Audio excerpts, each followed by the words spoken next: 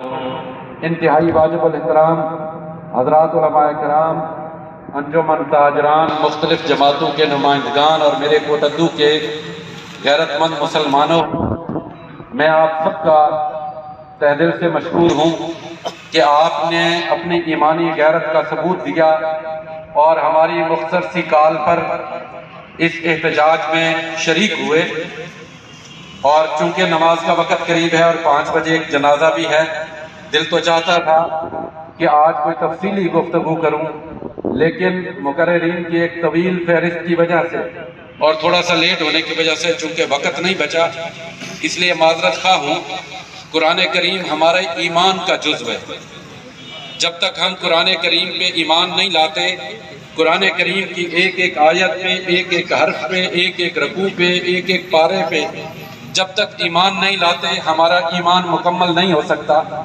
اور یہ اللہ کی طرف سے امت محمدیہ کے لیے ایک بہت بڑا انعام ہے، بہت بڑی نعمت ہے، جو آنے والی نسلوں کو بھی قیامت تک آنے والے انسانوں کو راہ ہدایت دکھاتی ہے۔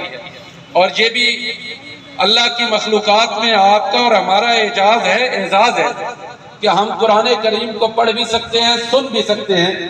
علماء کرام کی موجودگی میں کہنا چاہتا ہوں کہ اللہ نے فرشتوں کو بھی یہ اعزاز نہیں دیا، سوائے جبرائیل علیہ السلام کے باقی فرشتے قرآن پاک کی تلاوت نہیں کر سکتے، سن سکتے ہیں، لیکن یہ اعزاز صرف امت مسلمہ کو ہے جو قرآن پاک کی تلاوت بھی کر سکتے اور سن بھی سکتے ہیں۔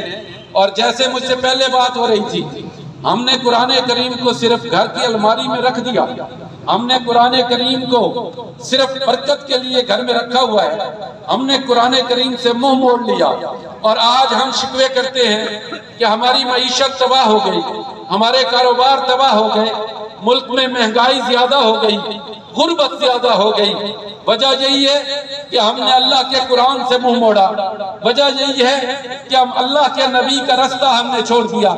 آج عالم کفر مسلمانوں کے جذبات کو چیک کرنے کے لیے، مسلمانوں کے جذبات دیکھنے کے لیے، کبھی وہ حرمت رسول پہ حملہ آور ہوتا ہے اور کبھی حرمت قرآن پہ حملہ آور ہوتا ہے۔ الحمدللہ آج بھی پورا عالم اسلام سویڈن میں ہونے والی اس گستاخی کے خلاف اکٹھا ہے، یونائٹ ہے، اور پورے عالم اسلام میں اس کے خلاف احتجاج ہو رہا ہے۔ اور اس کے ساتھ ساتھ مجھے دکھ اس بات کا بھی ہوتا ہے کہ جب سویڈن میں قرآن کریم کی توہین ہو، ہم احتجاج کر رہے ہیں، پورا عالم اسلام احتجاج کر رہا ہے، لیکن کچھ بدبخت لوگ جو انڈیا اور اسرائیل کے اعلیٰ کار بن کے پاکستان کی مسجدوں میں دھماکے کرتے ہیں، تو وہاں پر بھی قرآن کریم کی توہین ہوتی مجھے نظر آتی ہے، وہاں پر بھی قرآن کریم کے نسخے بکھرے پڑے ہوتے ہیں۔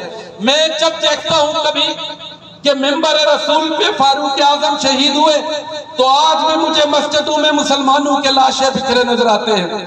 میں جب دیکھتا ہوں کہ عثمان غنی تلاوت قرآن کر رہے تھے اور انہیں شہید کیا گیا تو ان کے خون کے قطرے قرآن پہ گرے، تو میں نے آج کے پرفتن دور میں بھی دیکھا کہ پشاور کی مسجد میں جب بم دھماکہ ہوا تو ان شہیدوں کے خون کے قطرے بھی قرآن کریم کے اوراق پہ تھے۔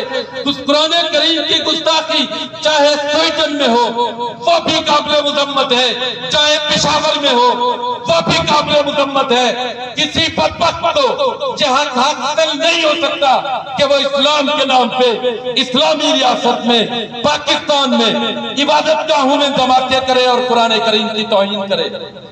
یہ حق بھی کسی کو نہیں ہو سکتا، کسی کو نہیں دیا جا سکتا۔ میں جس طرح سویڈن میں قرآن کریم کی توہین کی مذمت کرتا ہوں، اسی طرح انڈیا اور اسرائیل کے ایجنٹوں کی طرف سے پاکستان کی مساجد میں بم دھماکے کر کے قرآن کریم کی توہین کرنے والوں کی بھی مذمت کرتا ہوں۔ یہ لوگ قطعاً اسلام کے خیر خواہ نہیں ہیں، یہ انڈیا اور اسرائیل کے ایجنٹ ہیں، چاہے یہ اسلام کا لبادہ اوڑھ لیں۔ مسلمان کبھی مسجد کی توہین نہیں کر سکتا، مسلمان کبھی قرآن کی توہین نہیں کر سکتا، مسلمان کبھی نمازیوں پہ حملہ آور نہیں ہو سکتا۔ یہ کون سے مسلمان ہیں؟ ان کا اسلام سے ان لوگوں کا کوئی دور دور تک کا تعلق نہیں ہے، اور حکومت ایسے لوگوں کو کیفر کردار تک پہنچائے، انشاءاللہ پوری قوم حکومت کی پشت پہ کھڑی ہوگی۔ یہ لوگ رعایت اور معافی کے مستحق نہیں ہیں، قطعی طور پہ نہیں ہیں۔ وہ تمام کے تمام اس مسجد میں شہید ہونے والے نمازی ہمارے مسلمان بھائی تھے، چاہے وہ سیکورٹی فورسز سے ہوں، چاہے وہ پولیس کے ہوں، چاہے وہ سول شہری ہوں، وہ مسلمان تھے، اللہ کے گھر میں تھے، نماز ادا کرنے کے لیے گئے، تلاوت قرآن کریم کرنے کے لیے گئے، اور بدبختوں نے ان کے لاشیں وہاں پہ بکھیر دیے۔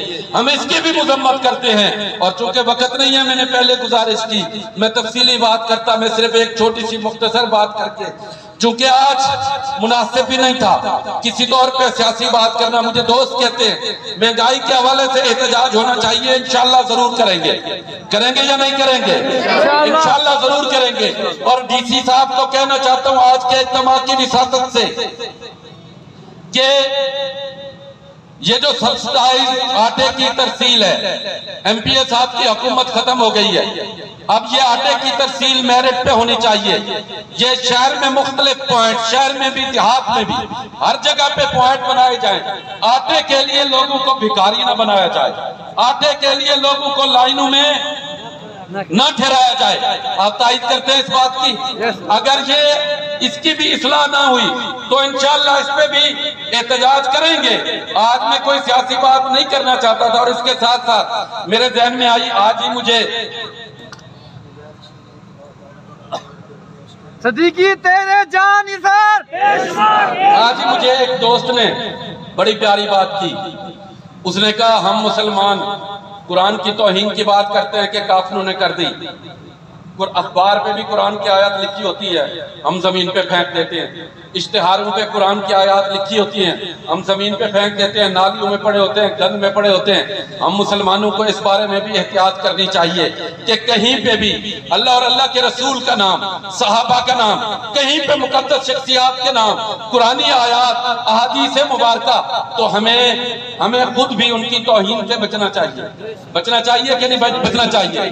جو جیسے آپ کہہ رہے تھے وارداتیں ہو رہی ہیں، اور میں ڈی پی او صاحب کو بھی کہنا چاہتا ہوں آج یہاں کہ بے شک مجھے آپ سے کوئی گلہ نہیں، لیکن جہاں پہ جن لوگوں کی ڈیوٹی تھی جرائم کو کنٹرول کرنا، وہ جو ایک سی آئی اے اسٹاف آپ نے یہاں کوٹدو میں بنایا ہے، اس سی آئی اے اسٹاف کے انچارج صاحب روزانہ بے گناہ لوگوں کو پکڑ کے تشدد کر کے پیسے لے کے چھوڑتے ہیں۔